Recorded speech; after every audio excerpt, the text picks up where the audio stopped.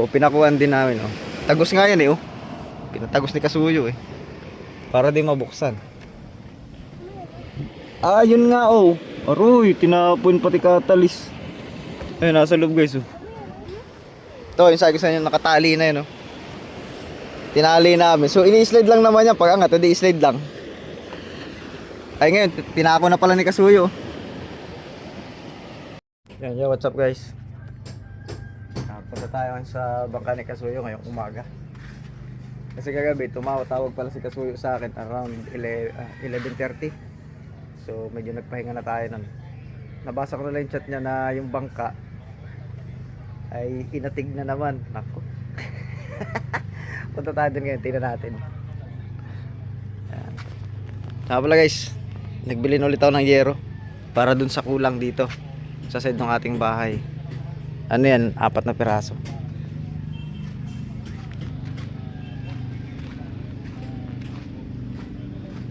Ayan, so punta tayo doon. Kwentuhan tayo habang naglalakad. Upload na rin natin to kagad ngayon. Kasi kahapon guys, di ba? Napanood nyo naman yung vlog namin kahapon. So nagpintura kami ni Kasuyo ng loob ng bangka at saka yung puti sa labas, di ba? Hindi yung aming mga pinaglinisan. Kasi ano yun kasi yung epoxy paint ng gamit namin. So yung mga pintura namin, ganda pa rin ang panahon. Yung pintura namin guys, binabara namin yun ng catalyst.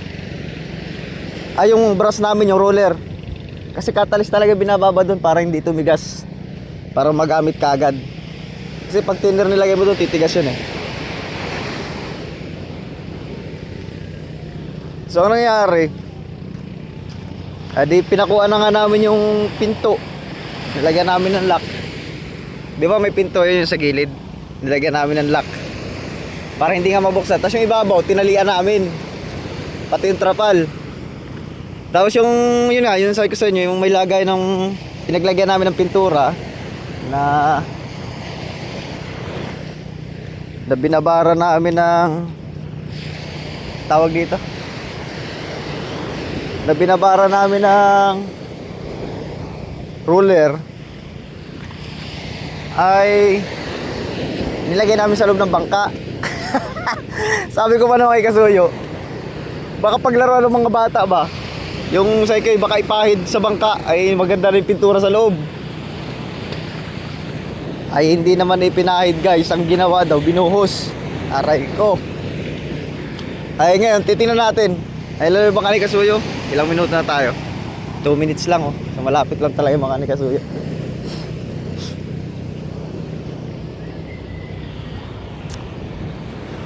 Ganda rito. Ito nga pala guys, private resort yan. Mga mayayaman ang napunta dyan. May sarili yan silang speedboat, may sarili yan silang banana boat, tsaka jet ski, ATV. Init. Ganda ng panahon natin. Ayun o. Angas. Di tinali namin pati yung ano, yung sa bubong sa ibabaw. Di ba may takip yun? Tinali namin. Oh, ganda oh.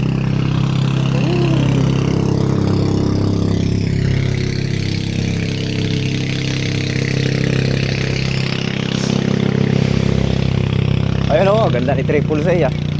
Kaya lang guys, parang ano, naninipisan ako dun sa pahid namin ng pintura. Kasi isang pahid lang talaga yan eh. At ano pa naman siya, okay na pupunta naman. Kumbaga hinilamusan nga lang.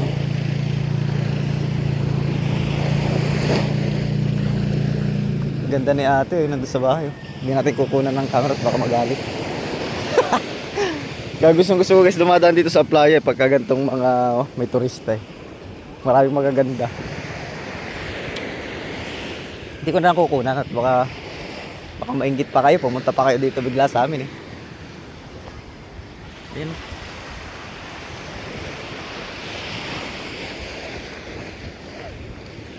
Tingnan nga natin. Kasi ngayon guys, ang plano namin magja-jack muna kami. Iaangat namin yung bangka. Kaya lang mukhang napuwet si Kasuyo at Tumatawag sa akin 11:30 ng gabi. So baka nakatulog pa yun, mga alauna. Tingnan natin. Ay, tinuklap nga yung ibabaw. Iya, talaga na mga bata dito sa amin eh. Hindi natin alam guys kung talagang bata ha. Pero kasi yung mga ganong uri ng gawain, gawain nyo na isang bata eh. Alam mo yun, yung walang isip.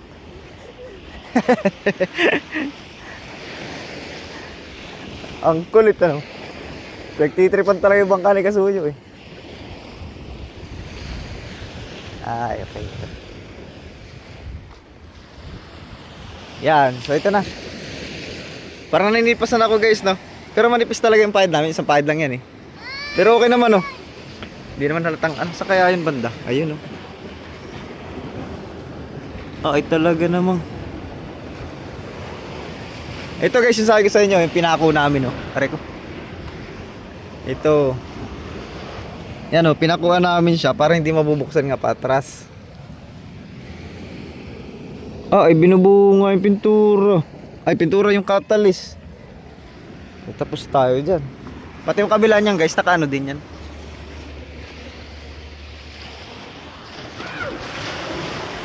Meow meow. Ito, pinakuhan din namin oh. Tagos nga yan eh oh. Pinatagos ni Kasuyo eh. Para di mabuksan. Ah, yun nga oh. Aroy, tinapon pati catalyst. Ayun, nasa loob guys oh. Ay, pinako na ni Kasuyo yung bubong. Ayun oh, may pako na eh no. Yung talaga, ipako na talaga yan. Doble-doble na ang pako oh. Kaya lang dito yan. Madali lang din naman makadaan dito guys. Tatanggalin nga lang yung tali yan. Kaya lang hassle na yan. Oh, masyado na siyang ma-effort pagka ginawa pa niya yan. Akit nga tayo.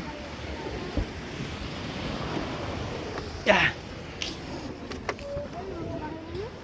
Ito yung sabi ko sa inyo, nakatali na yun oh. Tinali namin. So ini-slide lang naman yan. Pag angat, hindi i-slide lang. Ay ngayon, pinako na pala ni Kasuyo.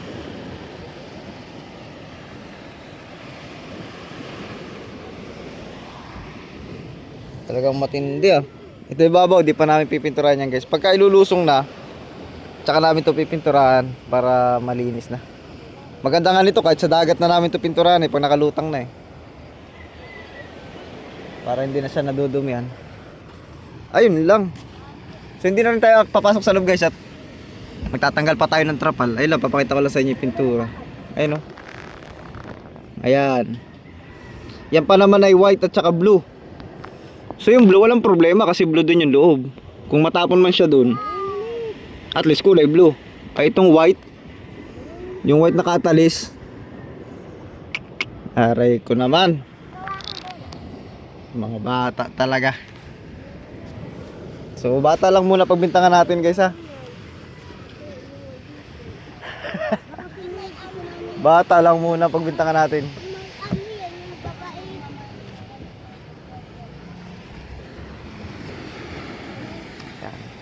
So ngayon, punta ko muna si Kasuyo. Nung nakaraan, ang kinuha dito itong coax. Pakita ko na nga pala sa inyo ngayon. Narito na rin lang naman tayo eh. Ayun o, sagad ang putol yan guys. Ayun o. Sagad. Dali.